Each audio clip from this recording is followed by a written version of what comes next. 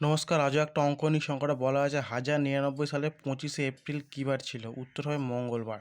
প্রথমে 1099 বলেছে, তো আমরা পুরো 99 সাল কমপ্লিট হয়নি, তাই জন্য কেউ 1098 ধরে করবো। তো 1098 আমরা ভেঙে নেবো, প্রথমে 800কে ভাঙবো, কারণ 800তে কোনো অর্ডে থাকে না, শূন্যটা। তো 200 বছরের কটা অর্ডে থাকে? 3টে অর্ডে থাকে। আর 98 বছরে কটা অর্ডে থাকে? 3টে অর্ডে থাকে। তিন তার মোট টোটাল 6টা অর্ডে বেরোলো বছরে। এবার কী করবো আমরা?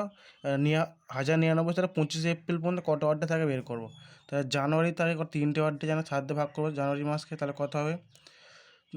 3টে অর্ডে। ফেব্রুয়ারি মাসে শূন্য, মানে 28, 7 দিয়ে ভাঙলে শূন্য হবে। আর মার্চেও 3টে অর্ডে থাকে, এপ্রিলে 25শে এপ্রিল। তা 25শে এপ্রিল মানে টোটাল অনেক কেউ 25, 3, 3 কত? 25 দিনে কত হবে? 28 দিনে 31, মোট 31টা দিন। আর এখানে আছে 6টা দিন, তাহলে 31 আর 6 যোগ করবো। 31 আর 6 যোগ করে কত হয়? 37। 37 টোটাল 7 দিয়ে ভাগ করবো। 7 দিয়ে ভাগ করলে 5 7 35, হাতে 2 করতে ভাগশেষ থাকে 2। তা 2টা ভাগশেষ, তাহলে কী হবে?